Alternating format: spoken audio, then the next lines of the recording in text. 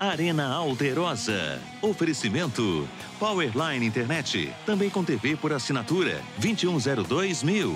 IGB Máquinas, 27 anos de qualidade e confiança em máquinas e equipamentos.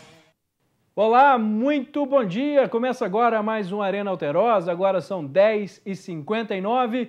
No programa de hoje nós vamos falar sobre a terceira colocação do Galo Carijó. O Tupi sofreu a terceira derrota seguida, dessa vez dentro de casa contra o Brasil de Pelotas. E o time que poderia ter terminado em primeiro acabou terminando em terceiro. Nós também vamos falar do Vasco, que mais uma vez venceu o Flamengo e segue vivo o sonho de permanência na Série A do Campeonato Brasileiro. Para conversar comigo, estou aqui no estúdio Kiko Alford, da Tribo Carijó. Você tá bom, Kiko? Fala, Lucas. Beleza, cara? Prazer te receber aqui. Bom dia, obrigadão. E para conversar com a gente também, Fernando Júnior, nosso botafoguense predileto. Você tá bom? Tudo bem, Lucas? Bom dia Douglas, bom dia a todos. Ó, seguinte, vamos começar falando então sobre o Carijó. Eu acompanhei esse jogo no estádio. Foi difícil ver esse jogo até o final. O Tupi não foi nada bem e você vai entender o que eu estou falando já, porque ó, não demorou nem um minuto para sofrer o primeiro gol. Vamos ver como foi esse 2-0 para o Brasil de Pelotas. O Carijó entrou em campo já classificado. O Brasil de Pelotas precisava vencer para continuar na briga por uma vaga na Série B. Os gaúchos não precisaram de nenhum minuto para mostrar que a parada era séria. Aos 52 segundos, no primeiro ataque dos visitantes, a bola foi cruzada pela esquerda e Diogo Oliveira mandou para o fundo das redes. 1-0 e muita pressão para cima do Tupi. Um gol com um minuto de jogo, em qualquer circunstância, em qualquer equipe de futebol, muda completamente. Por isso que eu sempre digo que o futebol é um jogo circunstancial, porque um gol muda completamente o panorama do jogo, né? O Carijó tentou responder, mas esbarrou em erros e falta de criatividade. Aos 8 minutos veio a chance de bola parada. Na confusão dentro da área, alguns torcedores viram pênalti, mas o jogo seguiu. E nada é tão ruim que não possa piorar. Aos 24 minutos, Diogo Oliveira, que marcou o primeiro gol, serviu Nena em novo cruzamento pela esquerda. A bola foi morrer lá dentro, 2-0.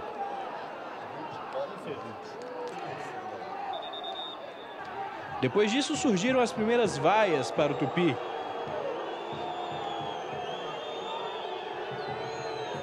Vinícius Quis tentou responder na bola. Ele partiu na velocidade e na habilidade. Abriu o jogo na direita para Geraldo, que cruzou para Marco Goiano finalizar desse jeito. Mas ele também levou perigo ao gol de Eduardo Martini. Nessa cobrança de falta, o goleiro gaúcho esperava o cruzamento, mas Goiano mandou direto para o gol. Pouco tempo depois, o meia Carijó voltou a colocar o goleirão para trabalhar. Com 2 chances e 2 gols, o Brasil foi para o intervalo com a classificação encaminhada. Na volta do segundo tempo, o Carijó queria buscar o resultado. Logo no reinício da partida, Felipe Garcia levou o segundo amarelo e foi expulso. O Tupi teria quase um tempo inteiro pela frente para buscar o jogo com 1 a mais. Mas foi o Brasil quem mais levou perigo. Aos 14 minutos, mais uma polêmica de pênalti não marcado. Na bola lançada na área, Carlos Renato e Eduardo Martini trombaram. Os dois foram para o chão. Geraldo chegou a levar a bola para a marca do pênalti, mas o árbitro deu falta de ataque. Eduardo Martini ainda salvou o Brasil em mais um lance e a trave ajudou em outro. Sem oferecer muito perigo, o Tupi amargou a terceira derrota seguida e ainda perdeu a segunda colocação para a Portuguesa.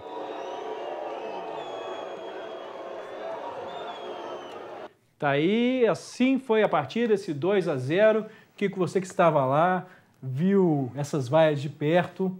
Você acha que o time merecia isso pela sequência ou a campanha que fez, quando chegou a esses 30 pontos, classificação antecipada, devia ter um crédito maior? Eu acho que assim, o segundo turno do Tupi foi horrível. Né? Se você olhar a pontuação que a gente fez no segundo turno, a gente não conseguiria a classificação. A gente conseguiu porque a gente fez uma boa campanha no primeiro turno. Mas se for contar essas 3 derrotas, a torcida realmente fica irritada. Né? Porque se você olhar ali o gol do Brasil de Pelotas, que eu acabei de ver, porque eu não tinha visto lá no estádio, porque foi tão rápido que eu estava distraído com outra coisa, eu não vi o gol. O Brasil de Pelotas dominou o jogo, fora de casa, um calor do caramba, era pro Tupi ter dominado o jogo, ser o dono da partida. Não foi, não teve pressão para isso, não teve qualidade. E assim, o que a gente ficou discutindo na arquibancada ontem foi que o Tupi é isso aí. Infelizmente, o grupo que a gente tem hoje é isso aí, é esse futebol que a gente vai ver. Pode ser que o Leston consiga fazer esse time um pouco mais defensivo, um pouco mais forte na defesa, né? Porque também com o Gleison no gol, tem uma confiança maior para a defesa, né? O Gleison é uma referência muito grande, né? Tamanho também. E assim, é um baita goleiro, então se a gente tem o Gleison lá, fica mais fácil. Ô Fernando, e o Tupi teve praticamente o segundo tempo inteiro com um jogador a mais. Beleza, já estava 2-0, 2-0 não é um resultado fácil de se buscar, mas pelo menos um gol tinha que ter feito, né? Pois é, isso que o Kiko disse, e há circunstâncias, né, dentro do jogo que a gente pode tirar algumas conclusões, como por exemplo o fato do Tupi ter jogado o segundo tempo todo com um jogador a mais.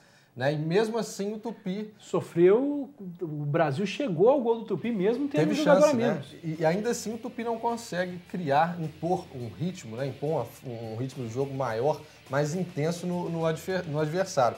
E isso a gente vem falando há bastante tempo, né? Mas claro que a gente entende, né?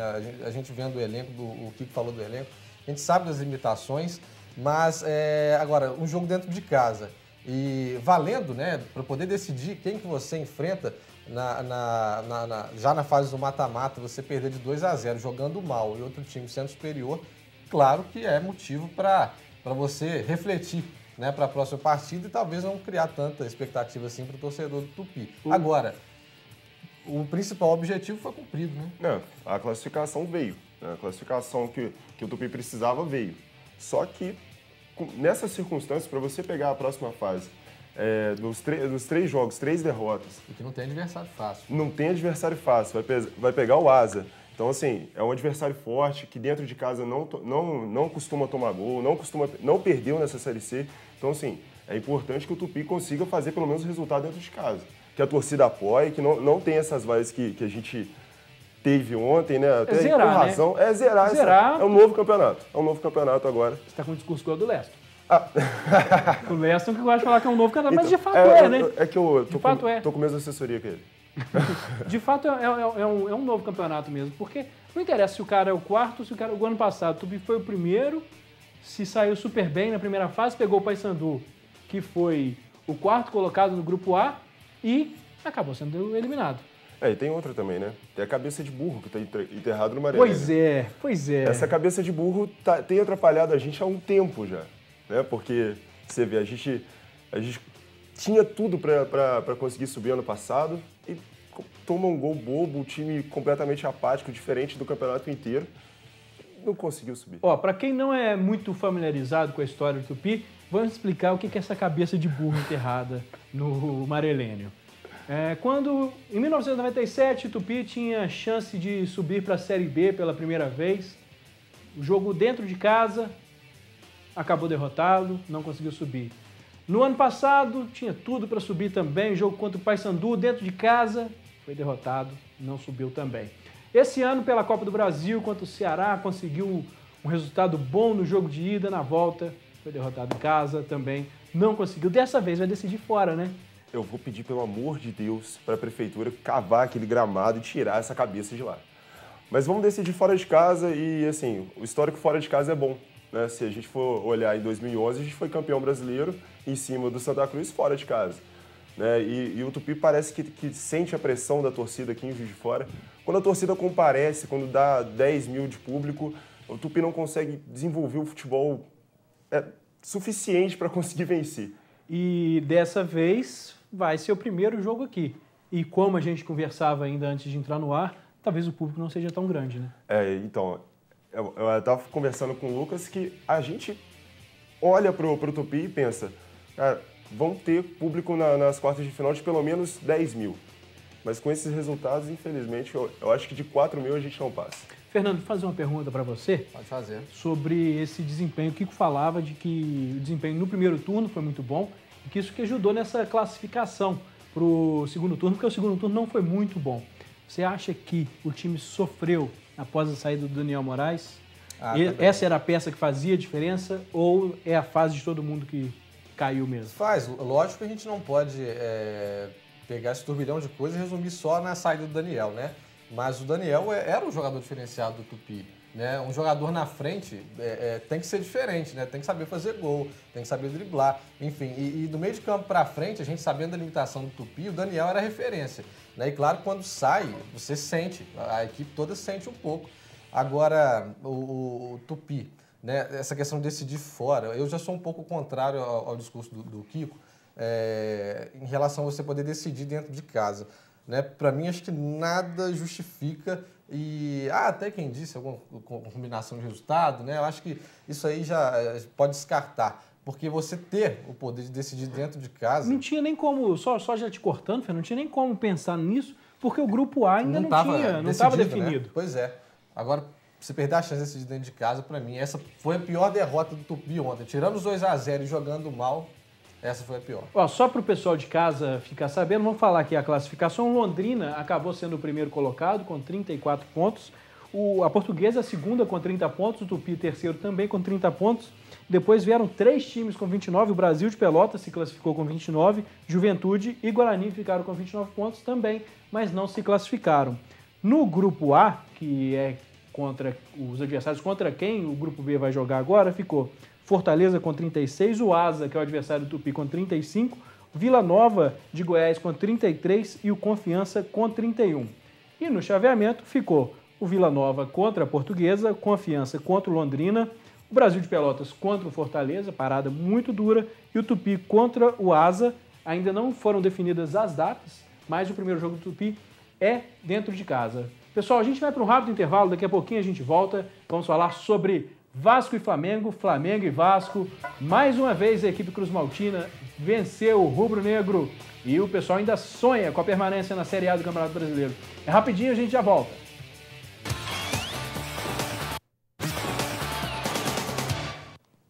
Olá, estamos de volta com a Arena Alterosa, agora para falar do Clássico Carioca que aconteceu neste fim de semana. O Vasco entrou em campo com a necessidade da vitória para tentar sair da zona de rebaixamento. Na verdade, ainda é um caminho longo até que isso possa vir a acontecer. E o Flamengo precisava voltar a vencer se ainda quisesse sonhar com o G4. O sonho ficou um pouco mais distante, mas ainda não é impossível. Vamos ver como foi esse 2-1 para o Vasco da Gama. No Rio de Janeiro aconteceu que todo vascaíno já está acostumado. Vitória do Vasco em cima do Flamengo. Emerson abriu o placar para o rubro-negro. Mas no segundo tempo, o Vasco virou com esta bomba de Rodrigo. E com o Nenê de pênalti.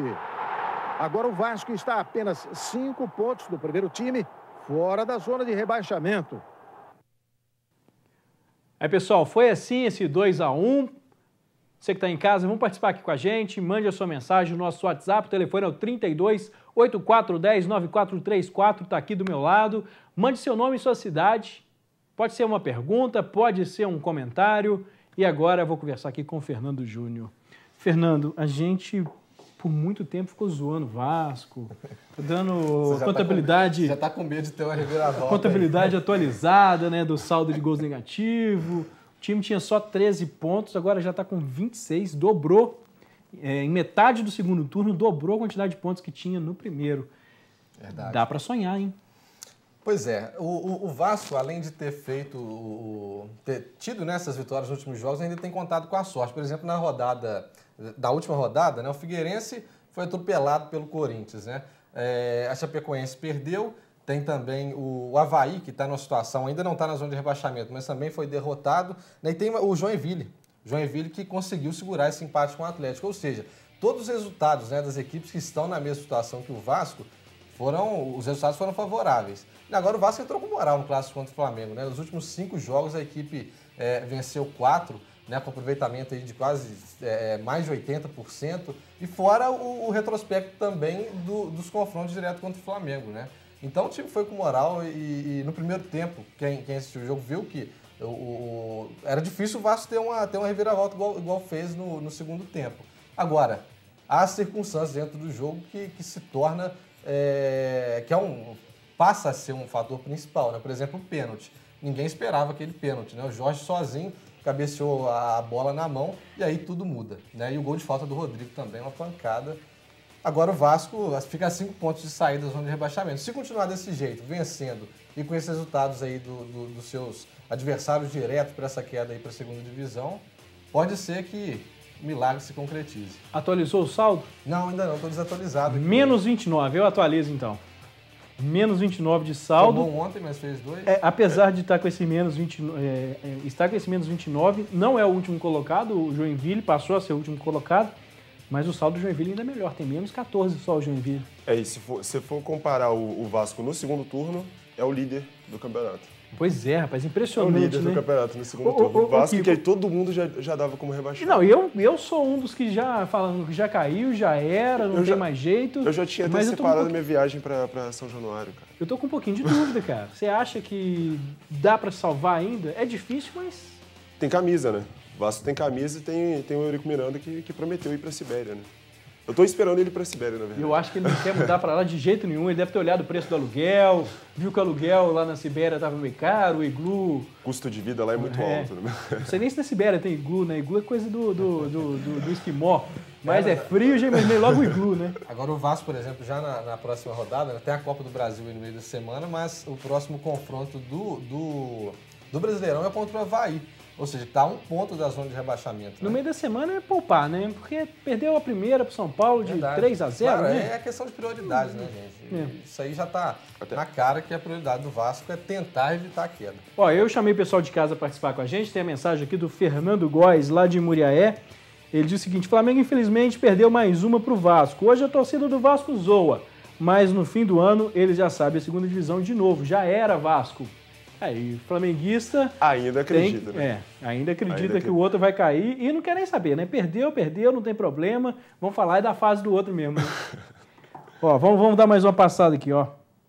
Só se o Vasco tivesse mais jogos com o Flamengo. Isaías, lá de São João do Pomoceno. Terra boa São João do Pomoceno, né, Fernando? Porra, pra até aproveitar, deixa eu dar um abraço pra turma lá em São João. Ô, Cleiton, o flamenguista tá em silêncio, cadê? Ah, tá aqui o Cleiton.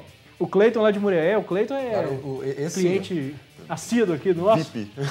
Vem sempre. Isaías está certo. Se tivesse mais confrontos contra o Flamengo, seria certo o Vasco permanecer na segunda divisão. Porque esse ano, vou te contar, viu? Deu uma dentro. O Cleiton falou assim, ainda sou flamenguista. Por enquanto, né, Cleiton? Por enquanto ainda é, né? Vocês acreditam que o Flamengo chega na Libertadores e se o Vasco escapa do rebaixamento? Eu acho que o Flamengo tem chances ainda na Libertadores, mas tem que voltar a ter uma série boa de resultados como teve no início desse segundo turno. Já o Vasco tá com uma série boa, se mantiver essa sequência, eu acredito que saia. É muito difícil, eu acho mais fácil o Flamengo ir para a Libertadores, mas eu acho que as duas coisas são possíveis.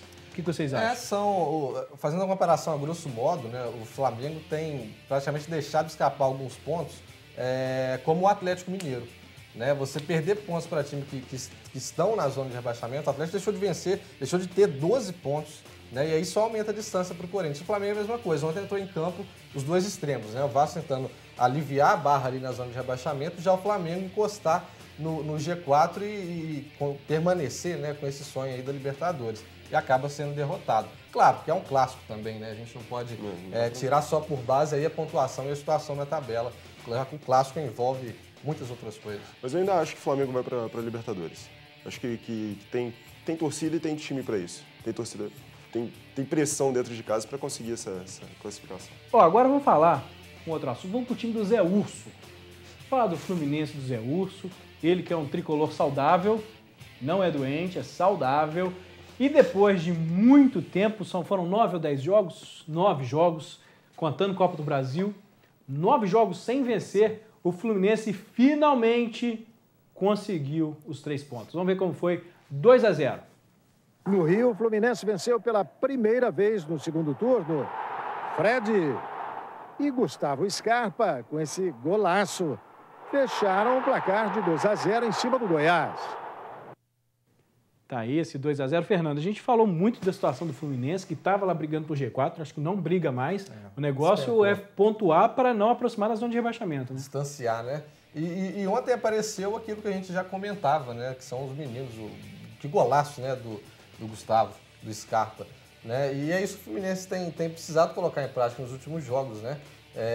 fazer com que... Acho que o principal objetivo do Fluminense hoje, já que tem essa tradição da base, e tem os meninos que disputaram a última taça de São Paulo, né, de Júnior, e subiram, é principalmente dar liberdade para essa garotada jogar, né? Por exemplo, nos últimos jogos tem visto o Marcos Júnior fazendo papel de um lateral.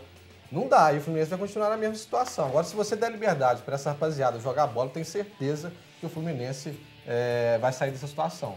Agora vamos falar do Atlético. A gente já comentou que o Atlético deixou escapar pontos importantes contra equipes da zona de rebaixamento. Nesse final de semana, mais uma vez, contra o Joinville, acabou empatando em 2-2. Com isso, o Corinthians deu uma distanciada na liderança do campeonato. Vamos ver como foi o empate do Atlético Mineiro. O Galo foi até Joinville, abriu o placar com este gol de Luan. Kempis, de cabeça, empatou para o time da casa. Thiago Ribeiro fez 2-1 Atlético. Um minuto depois, o William Pop deixou tudo igual, 2-2. Tá aí uma bobeira do Atlético. Ô Kiko, o time que faz um gol e um minuto depois toma outro, não se tapa, né? Eu acho que dá mais vontade da tapa no time que toma gol com um minuto de jogo, mas com um minuto de diferença de um gol para o outro.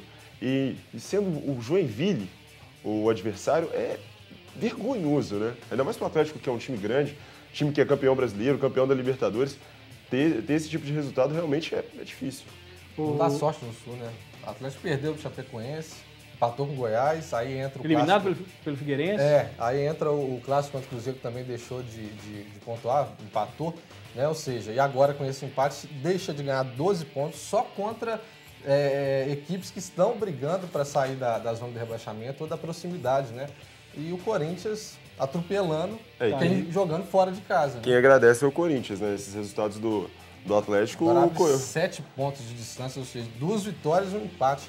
Faltando 10 rodadas. O Corinthians já está pedindo a taça, já pode colocar lá na... Mas eu ainda acredito. Eu acredito.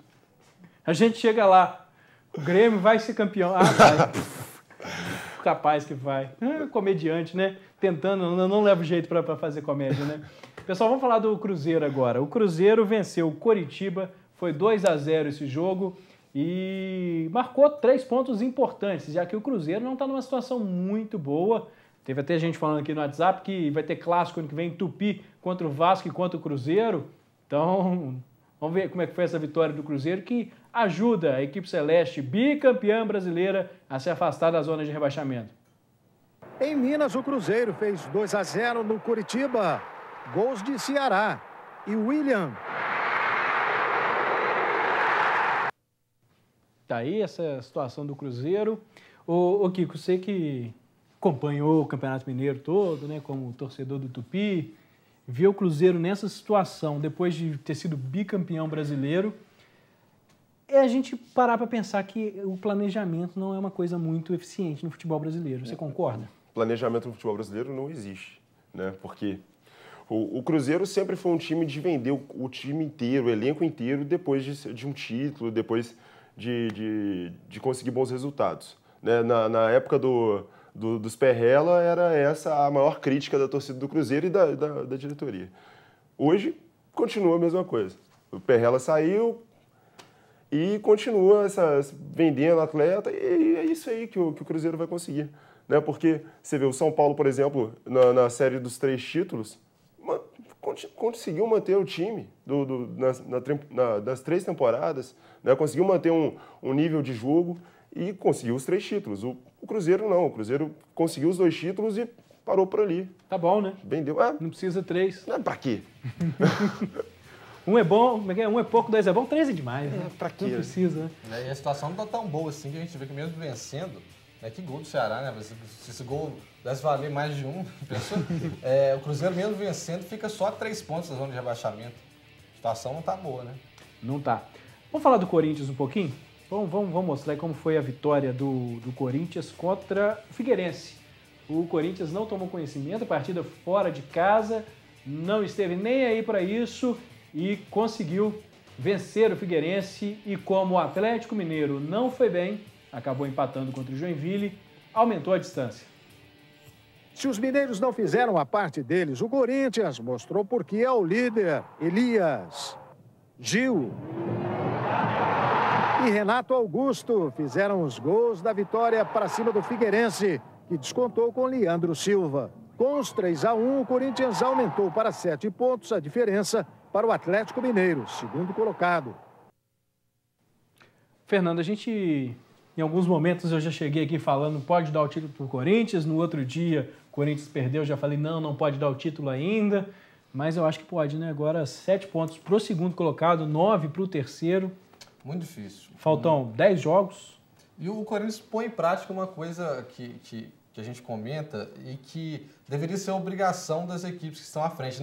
Nessa situação, né, hoje, faltam 10 rodadas para o fim do Campeonato Brasileiro, a gente vê que já dá para ter um desenho, por exemplo. Quem está lá embaixo, lógico que tem o time mais fraco. Isso não é a teoria, é a prática. Né? Da zona de rebaixamento ali até os 3 primeiros acima, dá para ver que não tem um bom time para disputar uma Taça Libertadores ou ficar no G4. Aí vai o Corinthians, enfrenta o Figueirense, né, que está numa situação ruim, e atropela, vence por 3-1. E o Atlético vai pegar o Joinville, que é o lanterna da equipe, do Campeonato Brasileiro, estando 2 vezes à frente, deixa a equipe empatar. Né? Eu acho que fica muito difícil agora, faltando 10 rodadas e o Corinthians ampliando essa margem. Né? Teria que ter uma queda de rendimento muito grande, né? O Corinthians fez o que o Atlético tinha que ter feito, né? O Atlético tinha que ter atropelado. E pior que teve chance, né? Jogou melhor que o Joinville, é mais time que o Joinville, criou mais chance de gol, mas não conseguiu segurar. Pessoal, acabou nosso tempo. Mais uma vez, passa voando. Kiko, quero agradecer sua presença, prazer te receber aqui. Aqui, mandar um abraço também pro pessoal lá de Tombos, porque se não fossem eles, a gente não estava classificado a hora dessa. Pois é. Lucas, Fernando, muito obrigado pela sua presença mais uma vez. Pessoal, Valeu. A gente fica por aqui na quinta-feira. Estaremos de volta com a Arena Alterosa. Você acompanha agora o Alterosa em Alerta com o Valmir Rodrigues. Até mais, pessoal. Tchau. Arena Alterosa. Oferecimento. Powerline Internet. Também com TV por assinatura. 2102.000. IGB Máquinas. 27 anos de qualidade e confiança em máquinas e equipamentos.